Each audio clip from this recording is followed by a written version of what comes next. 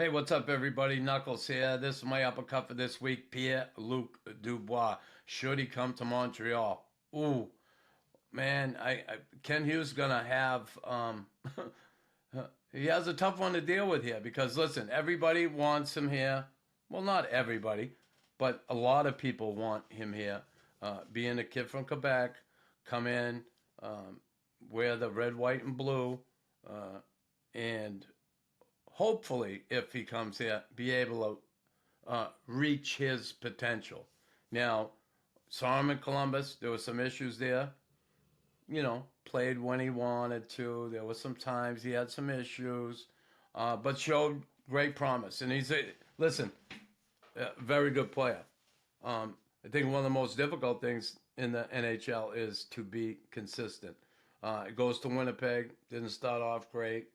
Um, Picked it up and it played pretty well for Winnipeg, no question about given the circumstances.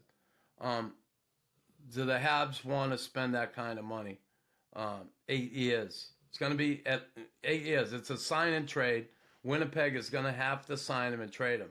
Are you willing to give up the good young assets you have right now for certainly another young asset? But there are so many things involved here.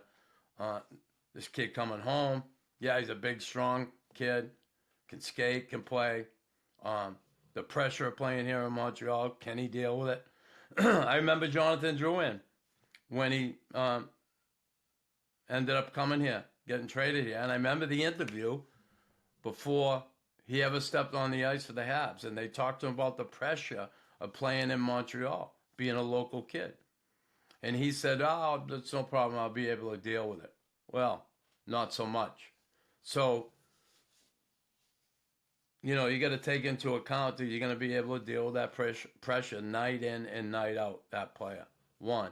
Two, 9 years, 8 years at least $9 million a year. He's looking for $9 million a year. Are you going to upset that salary structure that you've established now, with Suzuki being the highest paid guy, Caulfield just underneath them, and then you bring in Pierre-Luc Dubois and pay him nine?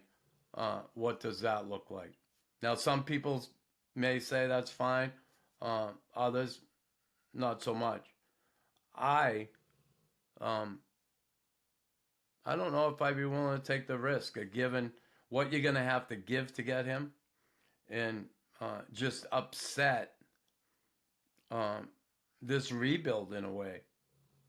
Because it's going to take a lot to get him money wise, player wise, draft pick wise. So, man, I don't know. I think I'd stay on the track right now I'm on, and that's rebuilding this organization through the draft.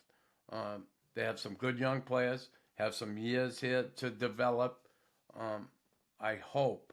And listen, Dubois turns 25 sometime here in June or July. So um, it's not like he's an old man. No, he's not. But, geez, I don't know if I'd be willing to make this move.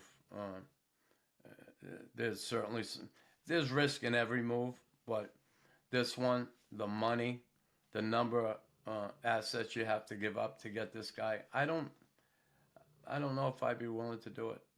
And listen, me, I'm not a gambler. Never liked gambling. Um, I never will like gambling. So I don't think I'm taking this gamble. Hughes may, uh, Jeff Gorton, along with Hughes may, and they may not. I'm dying to see what happens here, honestly. But a lot of people think, come here, oh, I'll play in Montreal. It's great. It's great.